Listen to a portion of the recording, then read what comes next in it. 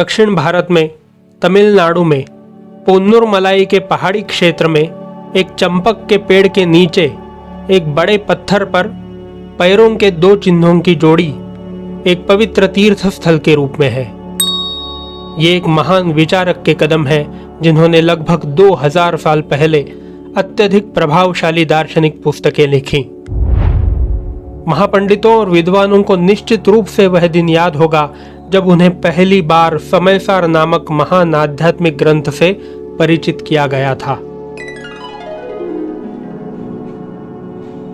यह ईसा पूर्व 1ली सदी की बात है।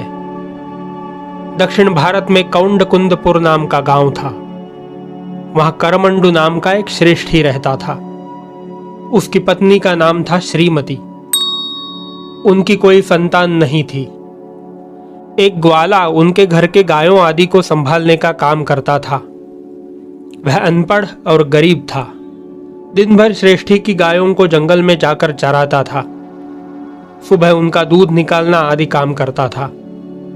यद्यपि वह अनपढ़ था, उसे विद्या के प्रति आदर था। एक दिन रोज की तरह वह जंगल में गायें चराने के लिए गया। एक बड़े वृक्ष के पास उसे ताड़पत्र पर हाथ से लिखे हुए कुछ शास्त्र ग्रंथों की पोथियां मिली। उसे आश्चर्य हुआ कि यहाँ इस निर्जन वन प्रदेश में यह ग्रंथ कौन रख कर गया होगा। उसने वे पोथियां अपने साथ ले ली। उन्हें घर लाकर अच्छे वस्त्र से बांधकर सुरक्षित जगह पर रख दिया। कुछ दिनों बाद विहार करते करते एक दिगंबर मुनिराज करमंडू श्रेष्ठी के यहाँ आहार के लिए आए। सेठ ने बड़े ही श्रद्धा भाव से उन्हें आहार दान किया। तभी ग्वाले को वन में मिले वे ग्रंथ याद आए। उसने सोचा कि मैं तो अनपढ़ हूं, ये ग्रंथ पढ़ भी नहीं सकता। पढ़े पढ़े ये नष्ट हो जाएंगे और उनमें लिखा ज्ञान भी नष्ट हो जाएगा। अच्छा यही है कि मैं ये पोथियां इन मुनिराज को भेंट कर दूं। वे ही शास्त्र समझने में समर्थ हैं। उसने तुरंत वे पोथियां लाकर मुनिराज को भेंट की। मुनिराज को परम संतोष हुआ। उन्होंने अपने ज्ञान से जाना कि ग्वाले की आयु बहुत ही कम बची है, लेकिन अपने इस ज्ञान रक्षण और दान के पुण्य से वह इसी श्रेष्ठी के घर में जन्म लेगा। और वैसा ही हुआ।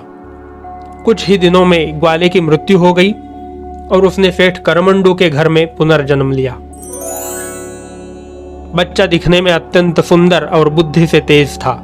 धार्मिक बातों में उसकी विशेष रुचि थी। श्रेष्ठी ने उसके अध्ययन की खास व्यवस्था की थी। होते होते वह 12 वर्ष का हो गया और उसी वक्त नगर में आचार्य जिनचंद्र सूर्य आए। अन्य नगरवासियों के साथ बालक भी उनकी देशना सुनने गया। उनका उपदेश सुनने के बाद उसे संसार के माया जाल से विरक्ति आ गई। अपने माता पिता की अनुमति प्राप्त कर वह आचार्य जिनचंद्र जी के पास दीक्षित हो गया। नंदीगढ़ में दीक्षित होने के कारण नूतन दीक्षित मुनि का नाम रखा गया पद्मनंदी। मुनि पद्मनंदी ने अपने साधना से युक्त संयम जीवन और ज्ञानार्जन से संपूर्ण संघ को प्रभावित किया था। उनकी आध्यात्मिक प्रगति से अन्य साधु चकित थे और आचार्य संतुष्ट।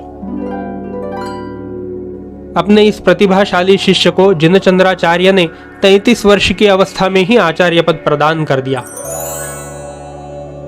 बाद में आचार्य पद्मनंदी कुंद नाम से प्रसिद्ध हुए। यह नाम उनके मूल स्थान कौंडकुंदपुर से ही प्रचलित हुआ था।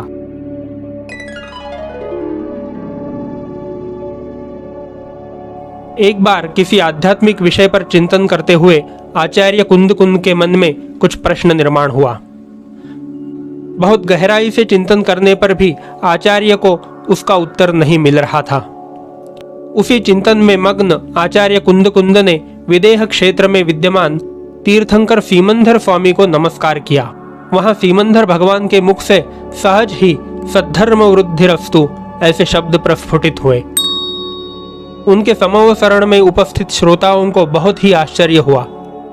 नमस्कार करने वाला कोई नहीं है और आशीर्वाद किसको दिया जा रहा है, यह प्रश्न सबके मन में उपस्थित हो गया।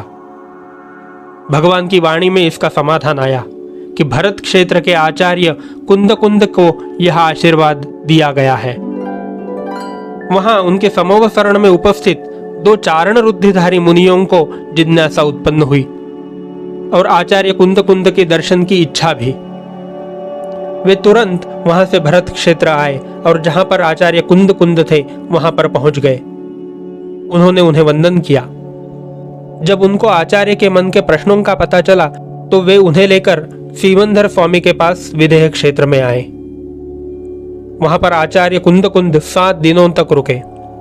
भगवान के दर्शन और दिव्य ध्वनि श्रवण से उनकी समस्त शंकाओं का समाधान हो गया। कहते हैं कि वापस आते समय वे कोई ग्रंथ भी लाए थे, मगर वह रास्ते में ही गिर गया। तीर्थों की यात्रा करते करते भरत क्षेत्र में वे आ गए। उनका धर्मोपदेश सुनकर 700 स्त्री पुरुषों ने दीक्षा ली। आचार्य कुंद कुंद कई नामों से प्रसिद्ध हुए। उनके नामों में पद्मनंदी के अलावा वक्रग्रीव, एलाचार्य, गृद्धपृच्छ ऐसे बहुत सारे नाम शामिल हैं। ये नाम उन्हें कैसे पड़े, इनकी भी आख्यायिकाएं प्रसिद्ध हैं। एक जनश्रुति ऐसी है कि सीमंधर स्वामी के समोव शरण में जाते समय उनकी मयूर पिच्छिका मार्ग में ही गिर गई। तब उन्होंने गिद्ध के पंखों की पिच्छी धारण की। इस कारण उनको गृद्धपिच्छ नाम से जाना जाने लगा। उन्हें एलाचार्य भी कहते हैं क्योंकि जब वे सीमंधर स्वामी के समोव शरण में दाखिल हुए तो विदेहवासियों के मुकाबले इनका शरीर बहुत ही छोटा था, वहां होने वाली इलायची जितना। इसलिए इतना छोटा शरीर होने के कारण समोव शरण में उपस्थित श्रोताओं ने सीमंधर स्वामी से पूछा कि यह एला जैसे कद वाला कौन मनुष्य है। तब से आचार्य को एलाचार्य भी कहा जाने लगा। इसी प्रकार कहते हैं कि सदा शास्त्र लेखन में दत्तचित्त रहने के कारण उनकी गर्दन झुकी रहती थी और वो वैसे ही टेढ़ी हो गई। इसीलिए उनको वक्रग्रीव नाम से भी जाना जाने लगा। आचार्य कुंद कुंद प्रसिद्ध महान आचार्यों में से एक हैं। वह एक उत्साही पारखी और जैन दर्शन के कई ग्रंथों के निर्माता थे। उनके द्वारा लिखे गए कई पुस्तकों में से 5 पुस्तकें उत्कृष्ट आध्यात्मिक पुस्तकें मानी जाती हैं और वे पुस्तकें हैं समयसार, प्रवचनसार, नियमसार, पंचास्तिकाय तथा अष्टपाहुड़। उनका सारा लेखन शौरसेनी प्राकृत भाषा में लिखा गया है। जैन विचारों को एक निश्चित संबंध और ढांचे में व्यवस्थित करने की शैली उनकी अनुपम प्रतिभा का परिणाम है। आचार्य कुंद कुंद का प्रभाव जैन धर्म के अलावा अन्य दर्शनों पर भी निश्चित रूप से बहुत ज्यादा है।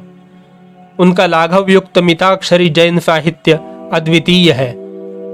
आचार्य कुंद कुंद की विद्वत्ता और तर्क शक्ति को न केवल कोई चुनौती दे सकता था, बल्कि कोई भी जैन धर्म के दर्शन को इतनी सरलता से नहीं समझा सकता था जितना वो समझा सकते थे। इसीलिए आचार्य कुंद कुंद को आदर से अंधकार युग का प्रकाश कहा जाता है।